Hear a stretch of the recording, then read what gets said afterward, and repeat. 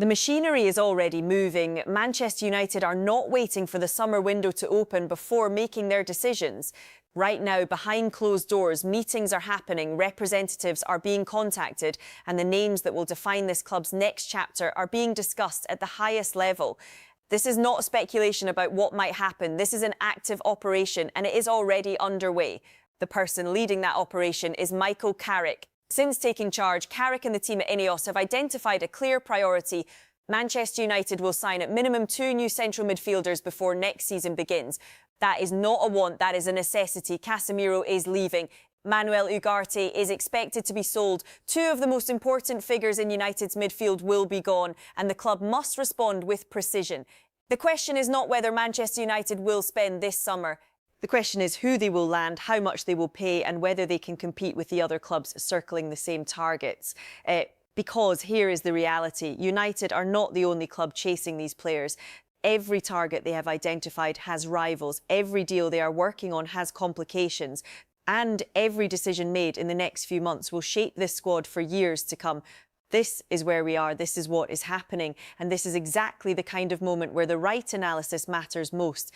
The stakes. 1 minute 30 to 2 minutes. Let me be direct about what is at stake here. Manchester United need 2 central midfielders. Their original first choice, Elliot Anderson of Nottingham Forest, is now likely out of reach. Manchester City have moved to the front of the queue for Anderson, and that has forced United to recalibrate. When your #1 target gets pulled away by a rival, you either overpay or you move on.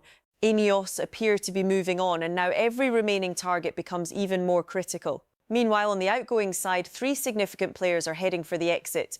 Jadon Sancho, who cost the club £73 million in July 2021, is leaving on a free transfer.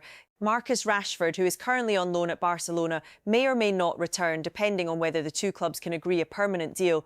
And with those departures, United are managing an entire squad transition at the same time as hunting for elite midfield reinforcements. The margin for error is small. Get the recruitment right, and Manchester United start next season with genuine quality in the engine room. Get it wrong, and another year of mediocrity becomes far more likely. Engagement hook, 2 minutes to 2 minutes, 30 seconds. If you want deeper analysis on stories like this, stories that go beyond the headline and actually break down what these moves mean for the club, then subscribe to Emma United Analysis. We break down the moves that shape the game, we separate the confirmed news from the noise, and we make sure you are never caught off guard by a transfer story when it matters most. Hit that subscribe button now if you want the full picture on transfers, tactics and club decisions. It is free, it takes 2 seconds, and it means you will never miss a breakdown like this one. Now, back to the story. Let us start with the biggest name in these reports. Sandro Tonali, the 25-year-old Italian, currently plays for Newcastle United. And according to German journalist Christopher Michel, who works for Absolute Football, Manchester United are, quote, seriously working on capturing him. Michel also reports that Tonali is, quote, quite open to moving to Manchester. Now, let me be precise here, because this matters. This is not a confirmed transfer. This is a credible journalist reporting that serious work is happening and that the player is open to the idea. That is significant, but it is not a done deal. Viewers should understand that distinction. Tonali's current situation at Newcastle United adds important context. Newcastle are sitting 9th in the Premier League, 7 points off the top 5. For a player of Tonali's ambition, that matters enormously. Multiple reports, as referenced in the article, have suggested Tonali is considering a move away specifically so he can continue playing in the Champions League. Newcastle's current league position means Champions League football next season is far from guaranteed for them. The price is enormous. Newcastle value Tonali at €100 million, which translates to approximately £86 million. Serie A clubs have been ruled out of this race because they simply cannot match that figure. That is stated clearly in the article. That reality actually increases Manchester United's chances because it narrows the field of realistic buyers. As of March 9th, according to the article, both Manchester United and Arsenal were showing firm interest. Arsenal were thought to be in pole position at that point. But the article now states that has changed. Manchester United appear to have moved ahead. Whether that lead holds will depend on how the coming weeks develop. It is also worth noting that Newcastle could potentially use the departure of Tonali to fund a move for Elliot Anderson of Nottingham Forest. The article confirms that Newcastle could consider that move if they lose either Tonali or Bruno Guimaraes. However, that reunion would require Newcastle to outcompete Manchester City, who are currently leading the race for Anderson. None of this is simple. While the Tonali story is the glamour move, the Baleba deal may actually be the more actionable one right now. Carlos Baleba is 22 years old and plays for Brighton and Hove Albion. Manchester United made contact for him last summer and the player was reportedly keen on the move at that point. However, the deal fell apart because Brighton were demanding £100 million. United were not willing to pay that. Things have shifted. Baleba has had a less dominant season this year. The article acknowledges that reports suggest he was distracted by the transfer speculation in the early stages of the campaign. That dip in form has weakened Brighton's bargaining position. And Manchester United know it. According to the article, INEOS's summer plans have begun to, quote, accelerate as they consider a major bid for Baleba. United held fresh talks with his representatives last month. The player is described as, quote, open to a move, and personal terms are described as, quote, unlikely to present an obstacle. Crucially, the article states that Manchester United are now confident of signing Baleba for approximately £70 million. That is a £30 million reduction from Brighton's original asking price. For a player who the article describes as actually United's #1 target for the destroyer-type role, £70 million represents significantly better value than the original demand. There is one more important detail here. Brighton have already identified their replacement for Baleba. The article confirms this. That suggests Brighton are privately prepared for this sale to happen. When a selling club has identified a replacement, it tells you they have accepted that the player is leaving. That is a meaningful signal. If Manchester United land both Tonali and Baleba, they will have spent somewhere in the region of £156 million on two midfielders alone. The article acknowledges that INEOS might instead look at more affordable options alongside whichever of these two they sign first. The article names three players in this affordable category: Morten Hjulmand, Joao Gomez and Johan Manzambi of Freiburg.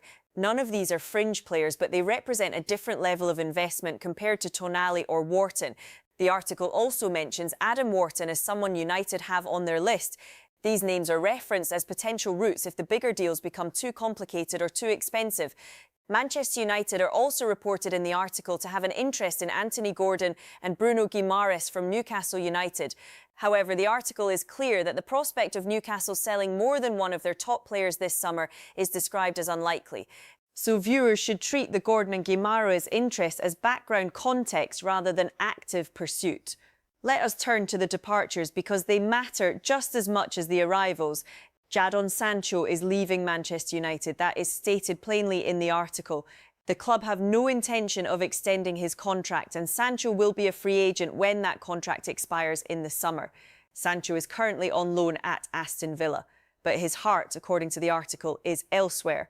German newspaper Bild reports that Sancho has decided a return to Borussia Dortmund is his, quote, dream destination. The report describes this transfer as, quote, increasingly concrete and now very likely. There is additional detail here worth examining. Dortmund's leadership were previously divided over whether to re-sign Sancho. That division has now been resolved. The club has warmed to bringing him back. Sancho has history at Dortmund that goes well beyond sentiment.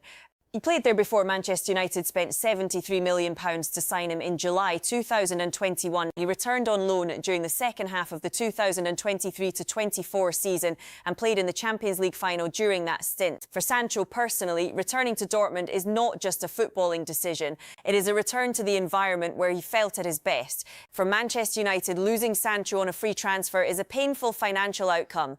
£73 million spent, a difficult chapter at the club and nothing returned in the sale.